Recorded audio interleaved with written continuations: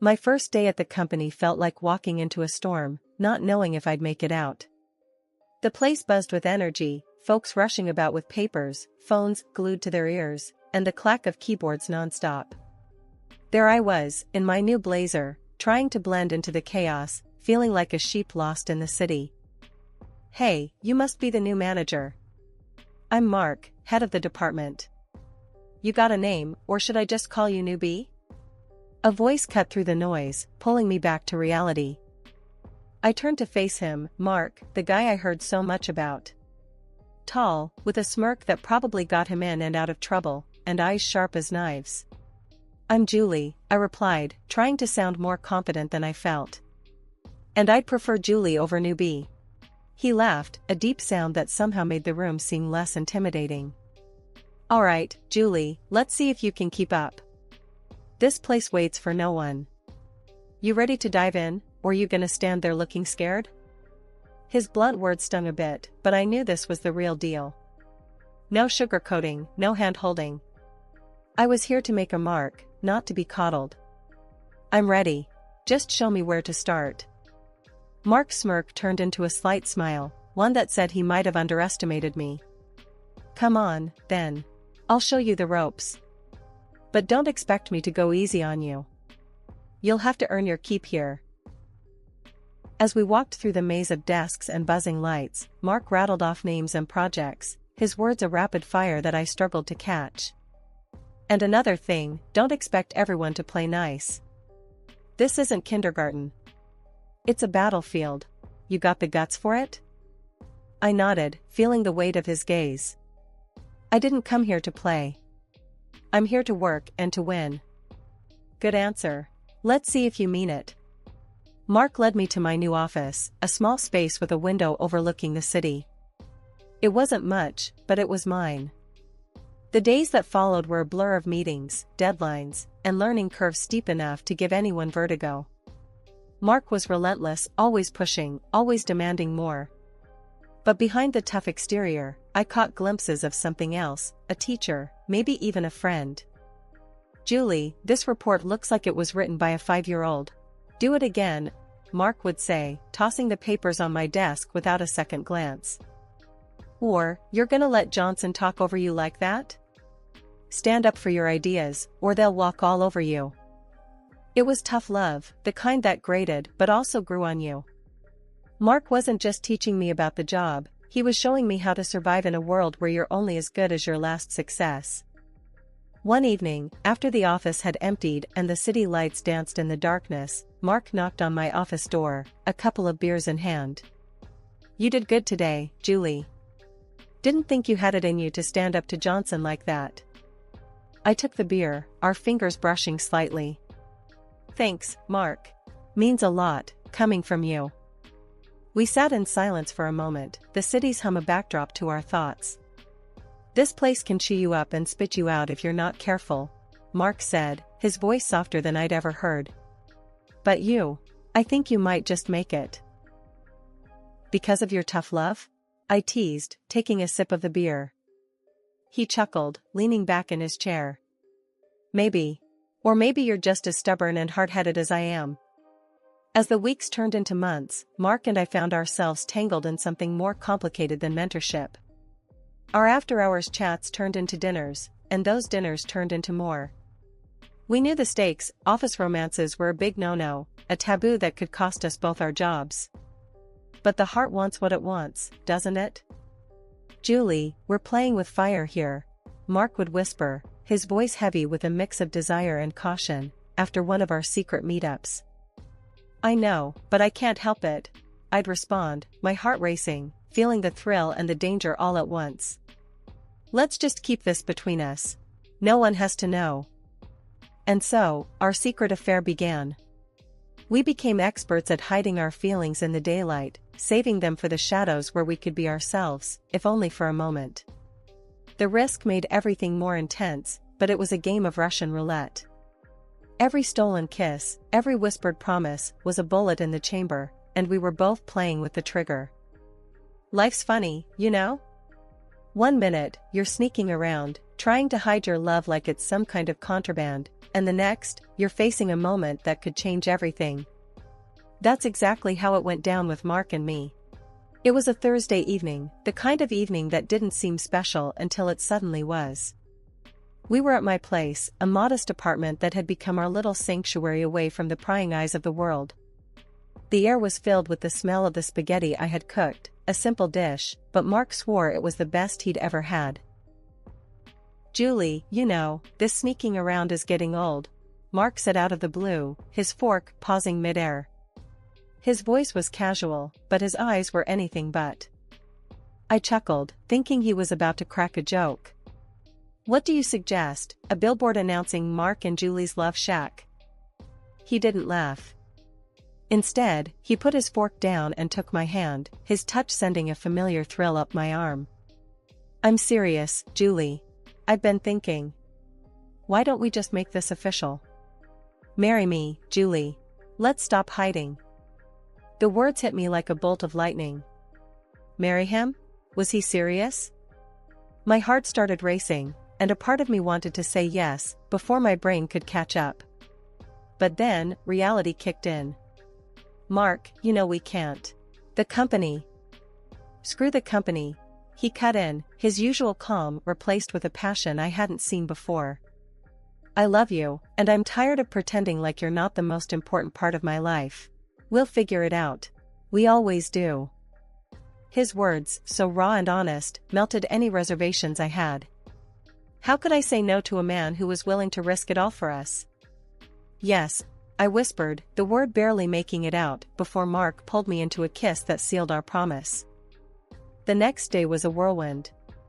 We knew we had to face the music and tell our boss about our decision. The company had strict rules about relationships in the workplace, and one of us would have to leave. But at that moment, nothing felt impossible as long as we were together. "Mr. Reynolds, we have something to tell you," Mark started, his hand gripping mine under the table as we sat across from our boss in his imposing office.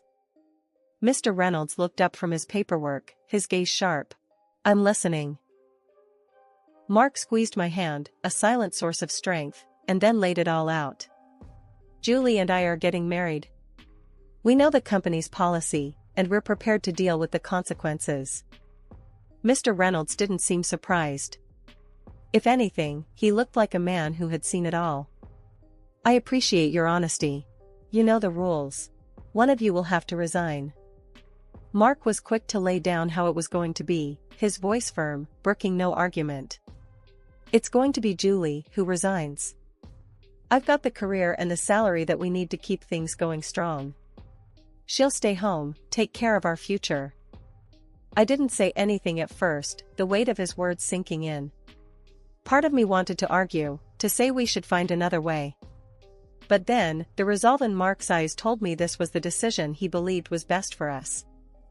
"All right," I said finally, my voice steady. "If that's what we've decided, then I'll resign." The ride back from Mr. Reynolds' office was quiet, both of us lost in our thoughts. Mark kept trying to reassure me, saying it was for the best, but the silence between us spoke volumes. "Julie, you know this is the right move, right? My job's the stable one.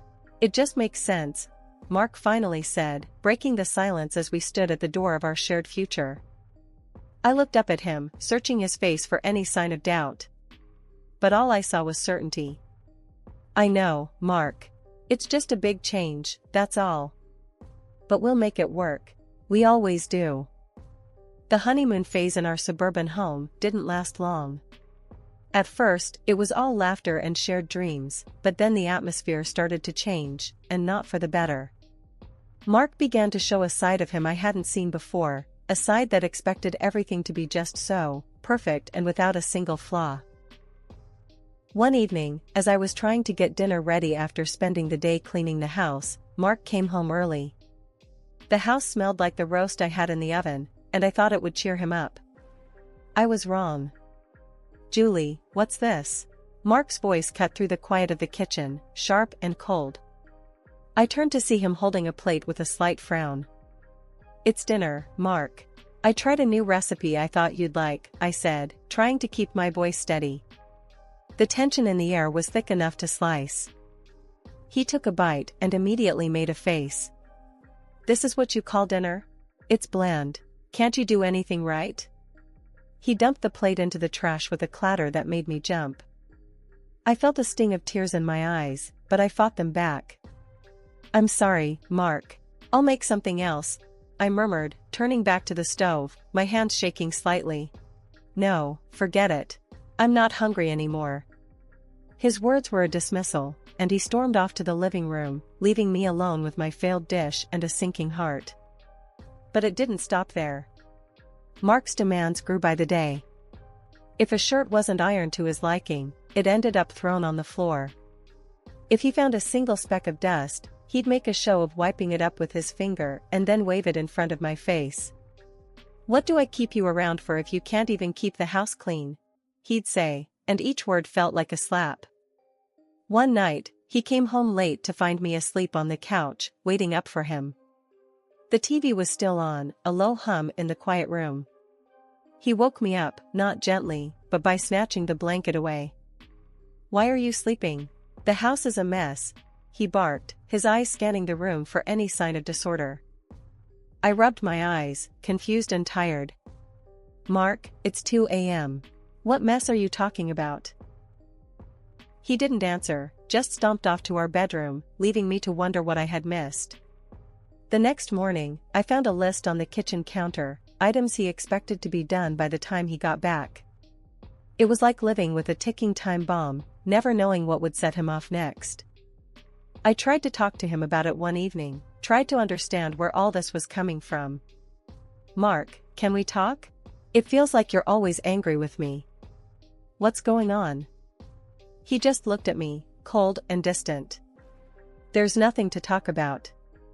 I work all day, and I expect to come home to a clean house and a decent meal. Is that too much to ask?" "But I'm trying my best," I said, my voice barely above a whisper. "Clearly, your best isn't good enough." And with that, he left the room, leaving me standing there, feeling smaller and more alone than ever. My attempts to stand up for myself didn't go unnoticed, but they sure didn't go unpunished either. After one particularly heated argument where I dared suggest a divorce, thinking maybe the threat of it would shake him up, he retaliated in a way I hadn't expected. "You want to play tough, Julie? Fine. Let's see how you manage without access to the bank accounts," Mark spat out, his face twisted in anger. The next day, I found out he wasn't bluffing. My card was declined at the grocery store, leaving me mortified and empty-handed. When I confronted him about it, his response chilled me to the bone. "Learn your place, Julie. You don't threaten me. You need to understand who's in charge here." Stuck in a house with dwindling supplies, I felt my independence slipping away. Mark carried on as usual, unaffected, dining out for lunch and dinner, while I was left to scrounge around for whatever was left in the pantry. Feeling desperate, I broached the topic of divorce again, hoping maybe this time it would bring some sense into him. Surprisingly, it did, but not in the way I expected. "Divorce? Are you out of your mind? Do you have any idea what that would do to my reputation?" he hissed. Yet, the day after that conversation, Mark did a complete 180. He came home with flowers, something he hadn't done since our early days, and even arranged a romantic dinner at home, just for the two of us. For a moment, I let myself believe that maybe, just maybe, this was the turning point. Maybe he realized what he stood to lose. Maybe this was him trying to make amends. But like a mirage, that hope vanished as quickly as it appeared. The gentle, attentive man who brought me flowers was gone, replaced once again by the cold, demanding stranger I'd come to live with. It was a cruel game of emotional whiplash, one that left me more confused and isolated than ever. Mark's parents, bless their hearts, saw none of this. To them, we were the picture-perfect couple, living out a suburban dream. Whenever they came around, I played the part, smiling and nodding, while Mark played the doting husband. But heaven forbid I slip up, show a crack in the facade. The consequences, as Mark liked to remind me, were swift. One night, after his parents left from one of their visits, Mark decided my performance hadn't been up to par. You could have been a bit more enthusiastic tonight. My parents think we're happy, Julie. Don't ruin that, he said, his tone icy. When I tried to defend myself, to explain that I was doing my best, it only angered him more. Your best? That's your best? Maybe you need a night on the sofa to think about what your best really means. And just like that, I found myself banished from our bedroom, lying on the sofa in the dark, wondering how my life had come to this. Winter hit hard that year, turning the streets into skating rinks overnight.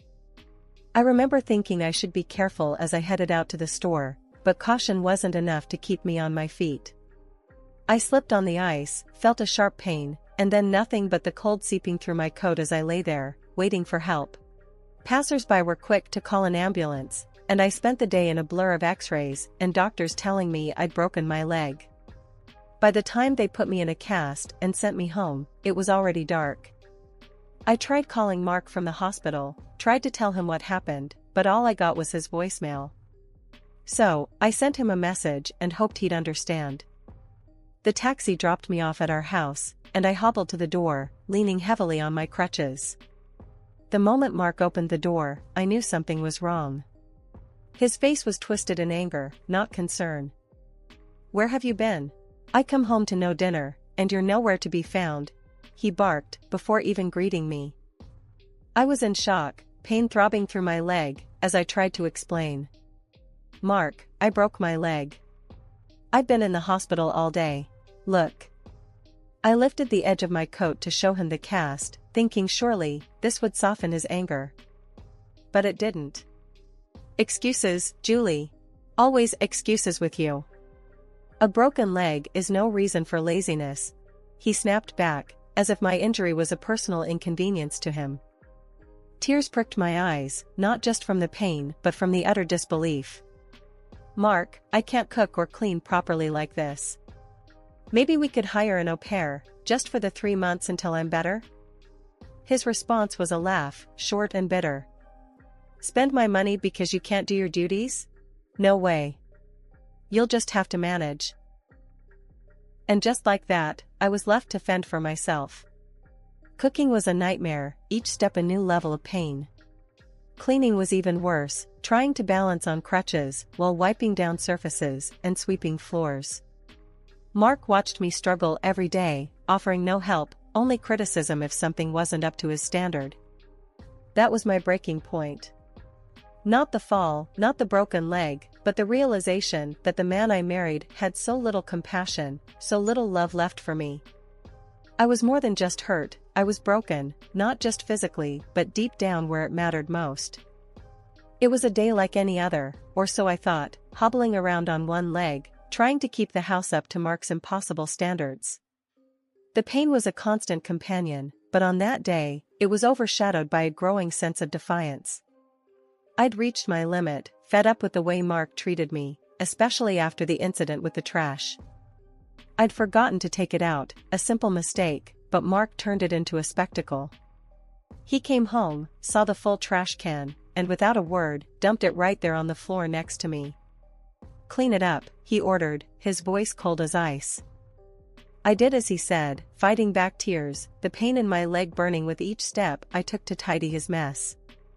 That night, I couldn't sleep, thoughts racing through my head. By morning, my decision was made. I confronted him with divorce papers, my hand trembling, but my resolve firm. Mark just laughed, a sound that made my blood boil. "You think you can scare me with divorce?" he scoffed, taking the papers, but not looking at them. "This time I'm not scaring you, Mark. I'm serious," I said, meeting his gaze, trying to convey just how much I meant it. His laughter stopped, replaced by a smirk. "Fine, I'll sign them. But let's do this properly, go to a lawyer in the city." I should have known it was too easy, too smooth. But I was desperate to be free, to end this nightmare. So, I agreed, and we drove together. Halfway there, on the highway, he pulled over, mumbling some excuse about the wheel needing air. "Get out for a sec," he said. I trusted him. I got out. And then, before I could even realize what was happening, he drove off, leaving me there, alone and stranded with my broken leg in the biting cold. Panic set in, but I had to act. I called him, using the recording function on my phone, because I needed evidence, proof of this cruelty. "Mark, come back. This isn't funny," I said, my voice shaking from cold and fear. His laughter crackled through the phone, icy and sharp. "Facing the consequences of your decision, Julie. You want to be independent? Solve this yourself." And then he hung up. I was left standing there on the side of the road, cars whizzing by, my heart sinking. Betrayed, abandoned, but most of all, determined.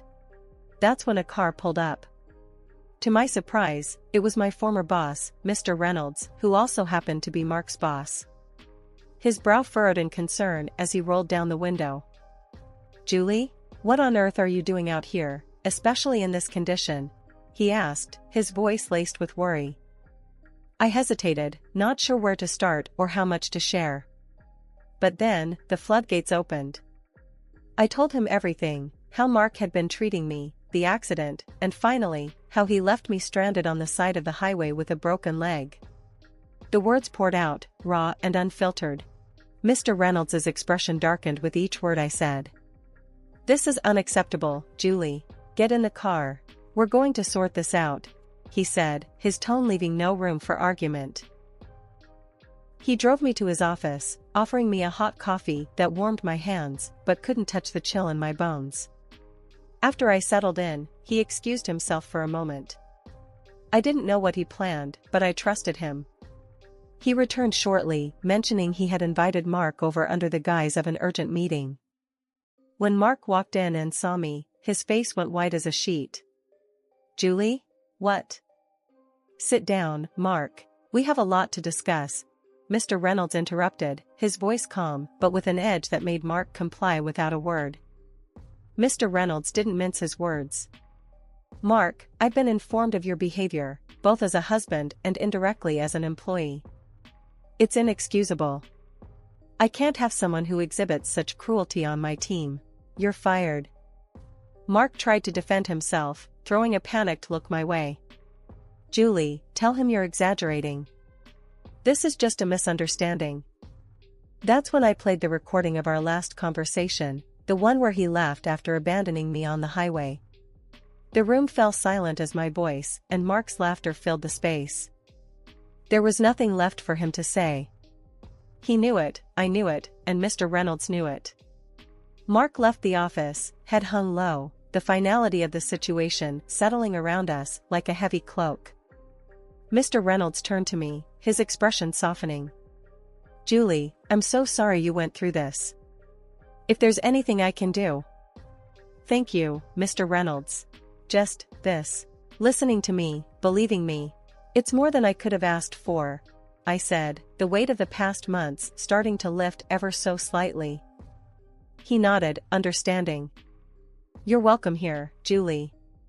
Take some time to heal, and if you ever want to come back, your job is waiting for you." Finally, it was over. The court didn't just grant me the divorce, they ordered Mark to pay me $100,000 for all the hell he put me through. Having that recording was a game changer. It was the undeniable proof that swung everything in my favor. When Mark's parents heard the whole story, they couldn't even look him in the eye. They came to me, all apologies and sorrowful faces. "We're so sorry, Julie. We had no idea." I told them straight. "You've got nothing to apologize for. It's not your fault he turned out this way." But inside, I felt a bitter sort of satisfaction knowing they saw Mark for who he really was. Losing his job was the cherry on top. Mr. Reynolds didn't waste any time showing Mark the door, and he made a point of telling me I was welcome back anytime. So, I went back to work, back to something resembling a normal life. It felt good, walking into the office, knowing I'd stood my ground and came out the other side stronger. With the divorce settlement, I rented a cozy apartment, a little place just for me. It wasn't just a new home, it was a fresh start, a place where the shadows of my marriage to Mark couldn't reach me. As the days turned into weeks, and weeks into months, the memory of Mark and all the pain he caused began to fade. I threw myself into work, into rebuilding myself and my life. I made new friends, rediscovered hobbies I'd forgotten I loved, and began to enjoy life again, on my own terms. Sometimes, colleagues would tiptoe around the subject of my divorce, but I'd just laugh it off. That chapter's closed, I'd tell them. I'm all about the next adventure now. And it was true. For the first time in a long time, I felt like I was in control of my destiny. Mark had tried to break me, but in the end, he was just a footnote in my story, a bad memory fading into insignificance.